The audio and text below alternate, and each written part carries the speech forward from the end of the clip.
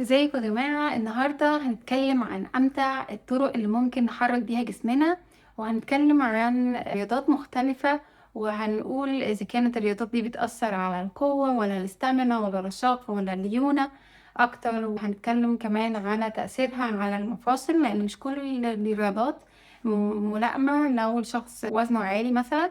مش أحسن حاجة إنه يبدأ برياضة بتعمل تأثير على المفاصل. لو هنتكلم عن الموضوع ده كمان، هنتكلم عن ايه العضلات اللي بتأثر عليها الرياضة دي. يعني في رياضات بتأثر اكتر على الابر بودي، في على اللور بودي، في بتعمل كور انجيجمنت، بتعمل عضلات بطن حلوة. ده اللي هنتكلم عنه النهارده. اول رياضة هنتكلم عنها هي اليوجا. اليوجا مش بس حركات جسدية، هي كمان تنفس وصفاء ذهني، حرفيا بتعالج نفسيا. هي بتأثر على قوة الجسم طبعا، بس بتأثر اكتر حاجة على المرونة.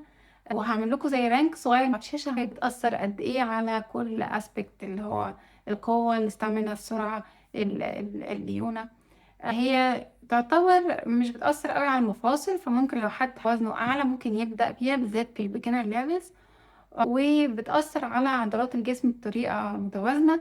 كمان بتعمل كور انجيجمنت عالي، بتعمل عضلات بطن حلوة جدا. لو ده من أهدافك ممكن تبدأي يوجا. غير ان هي ممتعة اصلا، يعني انا رحت مرة كورس، يا ريتني كنت فاكرة اسم البنت اللي عملت الكورس، بس هو كان قد ايه جميل. كانت بتخليكي تتنفسي بطريقة معينة عشان تصفي تفكيرك خالص من اي حاجة كانت بره المكان اللي انت رايحة تتمرني فيه، وتركزي بس على التمرين. وكل الحركات كانت بتدي فيها variance، يعني بتدي للبيجنرز وبتدي للناس المتمرسة أكتر، وبتدي للناس البروفيشنالز زي ازاي يعملوا نفس الحركة بس ايه بليفلز مختلفة. خرجت من الكورس ده حرفيا كنت مبسوطة، كان جسمي اتحرك. كنت حاسة ان هو مش هبل برضه، لان في ناس فاكرة ان اليوجا هبل، او تنفس جوه تنفس بره، في ايدك فوق في ايدك تحت. لا، هو فعلا بيورك اوت البادي. كنا طالعين تعبنا من الاكسرسايز، بس مش بطريقة وحشة خالص، يعني طريقة حلوة.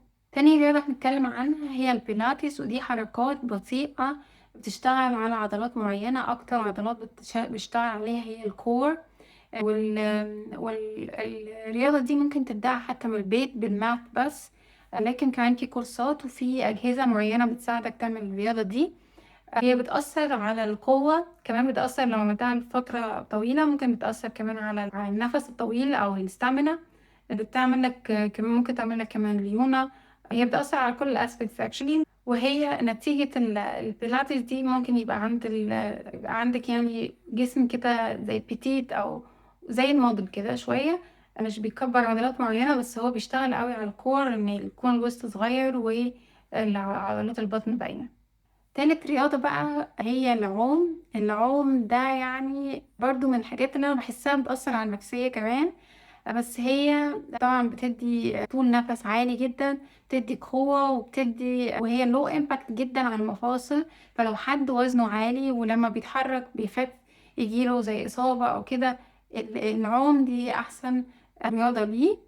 كمان العوم أحسن رياضة تعتبر من رأيي للرجالة أكتر، عشان هي بتأثر قوي على الأبر بودي، بتخلي الكتف عريض، بتخلي التشست قوي. فالجسم ده بيبقى، حتى لو شفته زي مايكل فيليبس مثلا، قد ايه هو شكله زي تراينجل. فده من السباحة، وعشان كده أنا بحسها أنسب للرجالة. البنات ممكن يعملوها كمان، بس ممكن يقللوا من الحركات اللي بتتعمل بالإيد، يعني ممكن يستخدموا رجليهم أكتر. طبعا زي ما قلت بيأثر على الأبر بودي أكتر، بس هو كمان بيأثر على الكور، بيعمل عضلات بطن حلوة. الرياضة الجاية دي أنا بحبها حب شخصي، يعني هي الجري. الجري من أحسن الحاجات لطول النفس، بتبني قوة، بتأثر طبعا على عضلات اللور بودي أكتر والكور شوية، لكن الأبر بودي ما بيتأثرش.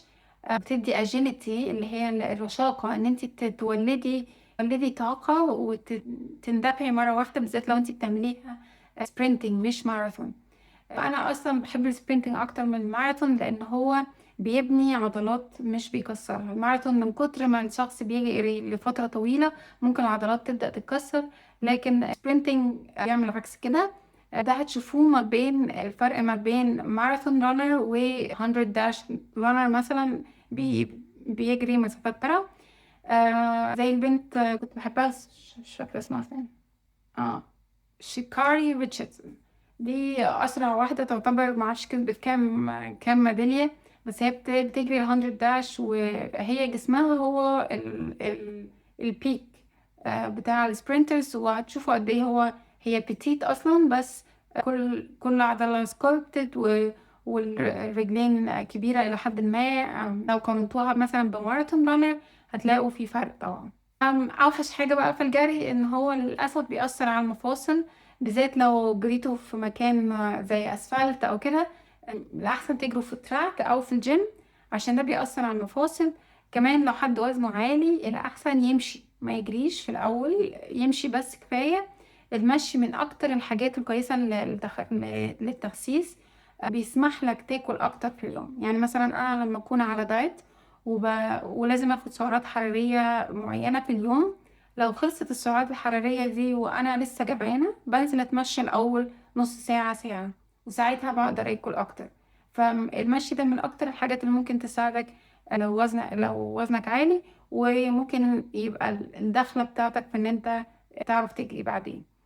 لو حد بيبدأ الجري وبيقول مثلا نفسي بيروح على طول او كده، دي حاجة طبيعية جدا المفروض نتقبلها.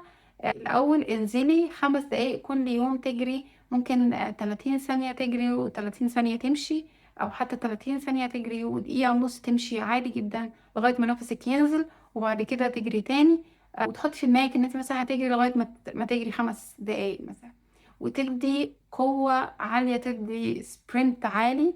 وقبل ما تنزلي تجري ممكن تاكلي كربوهيدرات، نشويات هتديكي طاقة غير طبيعية، والجري هيبقى ممتع. كمان في حاجة اسمها الرانرز هاي أو نشوة الجري. وده إنه بعد ما بتجري فترة بيطلع في جسمك اندورفينز، بيحسسك بالسعادة. بقى حرفيا ممكن تروح بتضحك مش عارف انت بتضحك ليه، بتشوف جسمك في المراية، حابب شكل جسمك مع انه لسه متغيرش، لسه ما خسيتش، بس انت هو عدلك مودك يعني. فعشان كده انا بحب جدا الجري، ونفسي اشجع الناس تانية تجري. طبعا زي ما قلت لو حد وزنه عالي او لسه بيبدأ ممكن يمشي، المشي كمان جميل جدا لخسارة الوزن. الرياضة الجاية هي الجيم او السترينث تريننج. مش كل الناس هتحبها، بالذات انه في خوف عند البنات ان هم يبقوا زي الولاد وعضلات وكده. بس يعني عايزة اطمنك انه صعب قوي توصلي لكده، وهم حتى الولاد عليهم يوصلوا للشكل ده. فما تخافيش خالص من الاوزان التقيلة.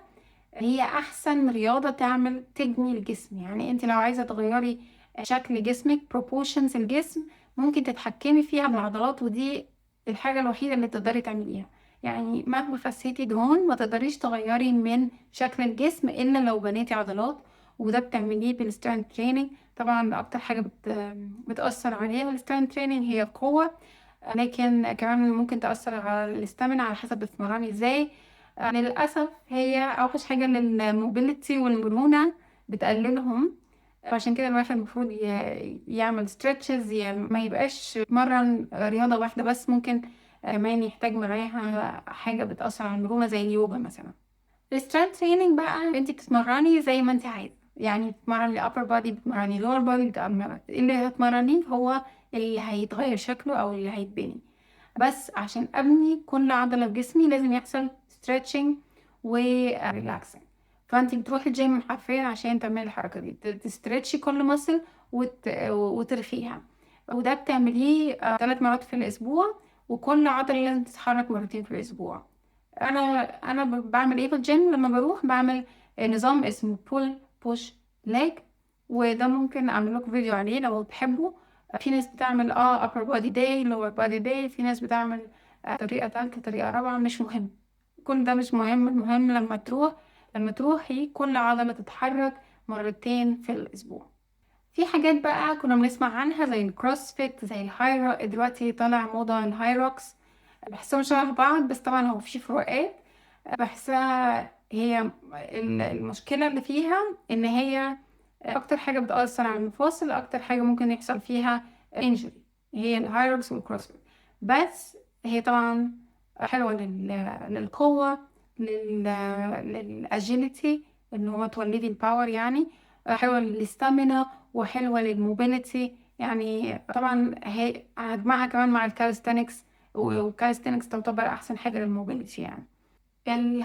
الهايروكس والكاليستانكس والكروسفيت كلهم بيأثروا على كل العضلات بتاعة الجسم بنفس الطريقة. وبتلاقيها، أنا بصراحة بلاقي إن الناس اللي بتلعب الرياضات دي بتبقى أكتر ناس قريبين للكومبليت أثليت، أو اللي هو إيه، الرياضي المتكامل. عشان هم بيجمعوا ما بين الاستامينا، إن الشخص يبقى عنده نفس طويل، والقوة والموبيليتي، وإن الشخص يعرف يبقى رشيق ويتحرك بسرعة. لو لاحظت ممكن الناس البادي بيلدرز يبقى حركتهم صعبة، تحس إنه متأيد بالعضلات بتاعته. فالناس اللي بتعمل كروسفيت أو بتعمل كاليستينكس أو هايركس بحس إن دول أكتر ناس بيعرفوا يتحركوا. بس زي ما قلت، هي الريسك بتاعها عالي إنه يحصل انجري. سواء كانت بقى يوجا، بيلاتيز، جيم، أي طريقة تحركي بيها جسمك هي طريقة مستحبة. سواء كنت اتشدتي لأي رياضة من الرياضات اللي أنا قلتها دي، أو حتى أي رياضة بره الرياضات دي زي مثلا التنس، البادل، أي رياضة. الحركة عامة مفيدة جدا للجسم، والمفروض الواحد يتعود يتحرك دايما يعني. هنا في ألمانيا دايما بيقولوا لك لو انت حتى عندك عربية سيبها مرة في الأسبوع وانزل بالعجلة بتاعتك، ما تعتمدش تماما على العربية، عشان دي اللي بتخليك تحس انه حتى مشي 5 دقايق ده صعب، او مع انه في الطبيعي المفروض تبقى قادر تعمل ده.